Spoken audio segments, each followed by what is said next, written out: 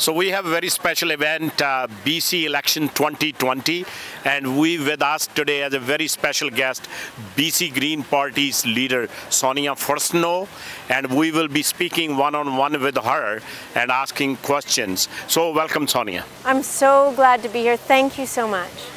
You're very welcome, and last night's debate was listening the reviews and stuff, and you relatively did a lot better than other two candidates. How you feel about that? I went into that really to introduce myself to British Columbia, and I wanted to be sure that I was being myself, and so that was the most important thing to me. I'm speaking in this whole campaign from a place of truth and integrity and a vision that I believe is so important for the future of British Columbia. I'm grateful I was able to convey that last night, and I'm grateful for all the kind words and support. And the most part, the debate was very civil, and Shashi Kroll handled it very well, yes, and asked all the important questions. You know, the question about systemic racism, and I was listening to the debate, and the way you put it and gave a personal touch, I think it resonated with a lot of people.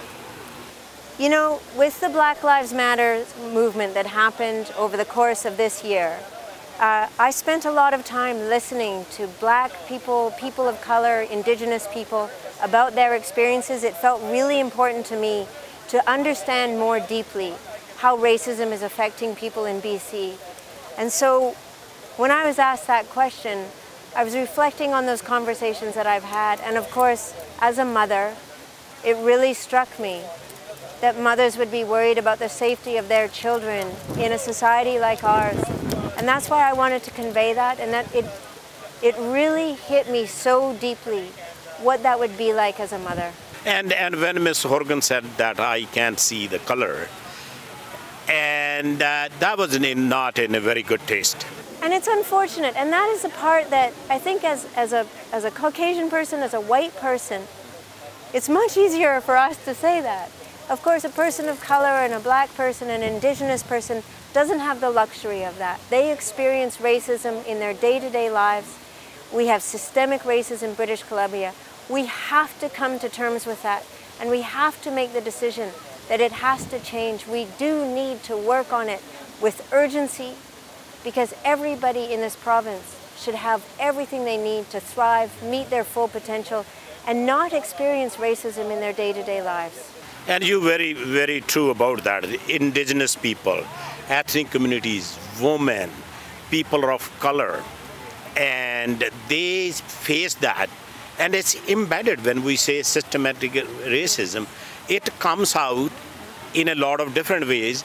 And when you look at the participation on the boards, on the government, in the employment, you see it as a MLA on a regular basis, do you? Yeah, and it's so important to me that our party becomes more diverse, that we have more diversity of candidates running, and also that we're representing more diverse views. Otherwise, we're not going to make decisions that truly represent everybody in British Columbia. It's so important, and we have a long ways to go, but I'm deeply committed to that. And let's see, after the elections, and it's a minority government, do you made up your mind or who you side with, the NDP or BC Liberals? I side with the people of BC. We have to work with so much urgency right now to deal with the very serious problems and challenges that people are facing. We're in a health pandemic. People are worried about being able to pay their rent. We're losing small businesses. It is devastating what's happening in this province right now. And so what I feel so strongly is that all of the parties have to agree to work together to get the supports out to people right now, and then work together to solve these big crises that we're facing: housing, systemic racism, the climate crisis, our mental health crisis, our opioid and addiction crisis. These are not political issues, they are human rights issues. And we need to treat them the way we treated COVID-19, which is we rise above partisanship and we work as quickly as we can to get the solutions to people. And the last 3.5 years, you guys are working very well, all three parties, everybody was focusing on pandemic and how to help people. And what happens when Mr. Horgan and NDP broke that agreement? Of course, it was a great disappointment to us. We were very clear that we would continue working with his government. The BC Liberals were clear that they didn't want an election right now. They would continue to work for people of BC. This is what happens when politics becomes too dominant, when it outdoes governance. What we need right now is governance and less politics. And that's what I stand for. That's what I believe so deeply. And that's what I want to get back to work in the legislature doing, so that we're helping the people of British Columbia. So Sonia, especially when people are hurting, businesses are hurting, people losing their businesses and people losing their jobs, and in the time of the emergency, having a snap elections, what are your take on that? You know, I've always thought about emergencies and how they tend to bring out the best in us. You know, if there's a house fire, the community comes forward and helps the family. Or when we've had the wildfires, or when we have big storms, or COVID brought out the best in us. And that's what we should always be striving for, even when we're not in an emergency, but particularly in this emergency. I had hoped that we would all bring out the best in each other in this legislature. And I'm going to go back in there with the hope and intention that we can get back to that place of being the very best that we can be. So, Ms. Furstenau, can you highlight in a summarized way your platform, your party's platform? Our platform really asks two questions. How do we help people and businesses and communities right now? But how do we make decisions that are actually building a stronger, more sustainable province? And so everything that we proposed in our platform addresses these two things. Because every investment we make right now, we're going into deficit spending everywhere in the world. So we have to be very mindful about every investment we're making, that it actually has clear outcomes. And so our platform looks at those outcomes, ultimately the health and well-being of the people of British Columbia and of the environment of British Columbia, and then we measure the success of what we're investing in. Are we moving towards these outcomes? Are we getting healthier? Are our communities safer and more resilient places to be? And so it's an overall picture of where we are and where we want to be, and it is a map for how to get there. Talking about your 4-day-a-week work week, where you came up with that idea? You know, there have been companies that have 4-day work weeks for decades. The David Suzuki Foundation has had a 4-day work week since 1990. In New Zealand, in Ireland, all over the United States, and right here in Canada, many companies have embraced a 4-day work week. And what they find is that their employees are happier, more productive, they have fewer sick days, they have better employee retention, and their revenues and their output go up. And so we have to let go of these outdated ideas about what it means to be productive. If we can achieve the same productivity in 4 days and have 3 days to be with our families, be in our communities, volunteer, replenish ourselves, exercise, be healthy, that's better for all of society. I think the pandemic gave us a message too, that slow down and in a very sad way. Absolutely. That is strike us, but on the other way, there is a lot of takeaways from that. You're so right that the pandemic showed us what is truly important. It's our health. It's the health and well-being of the people we love, the people in our community. And so we should, as government, be focusing on those outcomes first and foremost. You mentioned Mr. Suzuki's name. Does he have any involvement with the BC Green Party? Yeah, he's endorsed a number of our candidates. He endorsed me as leader for the BC Greens. He's been a longtime supporter of the Greens as the one party that recognizes we're in a climate emergency and we actually have to make decisions based on that. We're the only party that is saying we have to stop subsidizing the oil and gas industry to the tune of billions of dollars, and we have to start investing in clean energy, a clean economy. So that's a very good segue from here. My next question is the global warming and what's happening all around the world, these fires and these, all the, in America, there's, tsunamis and all those kind of things. Yeah. What is it? That's one of the main platform issue for Green Party, isn't it? It is, and the reality is, if we embrace the transition that we have to make, it will actually make our lives better. We can have more sustainable jobs. We know that clean energy jobs are actually more sustainable, and there's more jobs in clean energy than there is in oil and gas. We also know we won't be polluting our air or our water, and we'll be creating these regional sustainable jobs all over the province. This is a good thing. And we owe it to our children and our grandchildren to do everything we can right now on trying to stop climate change, but also adapting our communities so that we're emitting fewer greenhouse gases and creating safer, healthier places to live. What are your expectations from this election, from you and from your party? I know you're doing a great job. You know, everybody is doing the absolute best they can. I'm so proud of everybody in the BC Green Party, the candidates, the volunteers, the staff, the supporters. It's incredible. And I think what we're doing, and it's so important, is we're showing what's possible in politics, and we're going to keep doing that. And so no matter what the outcome of this election, we've shown British Columbia that there could be something different, that there's a more hopeful vision for politics and government in this province, and we're going to keep showing that for this election, after this election, and into the next election. What are your final comments for our viewers? It's watched internationally, our network. What are your final comments, Sonia? The healthiest thing for British Columbia and for our democracy is to not have a majority government on the other side of this election. The healthiest thing is when no one party has all of the power. When we have to share the responsibility of governing together, when we have many perspectives and viewpoints at the table, we make better decisions. And that's what I'm saying to British Columbians right now.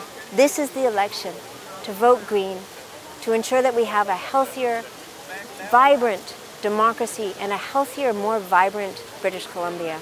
Thank you, Sonia, for your time and agreeing to talk to VMedia, Sanjha TV. We greatly appreciate that, and good luck to you. Thank you. I so appreciate you giving me this opportunity, and I'm very, very grateful. Thank you very much. Thank you.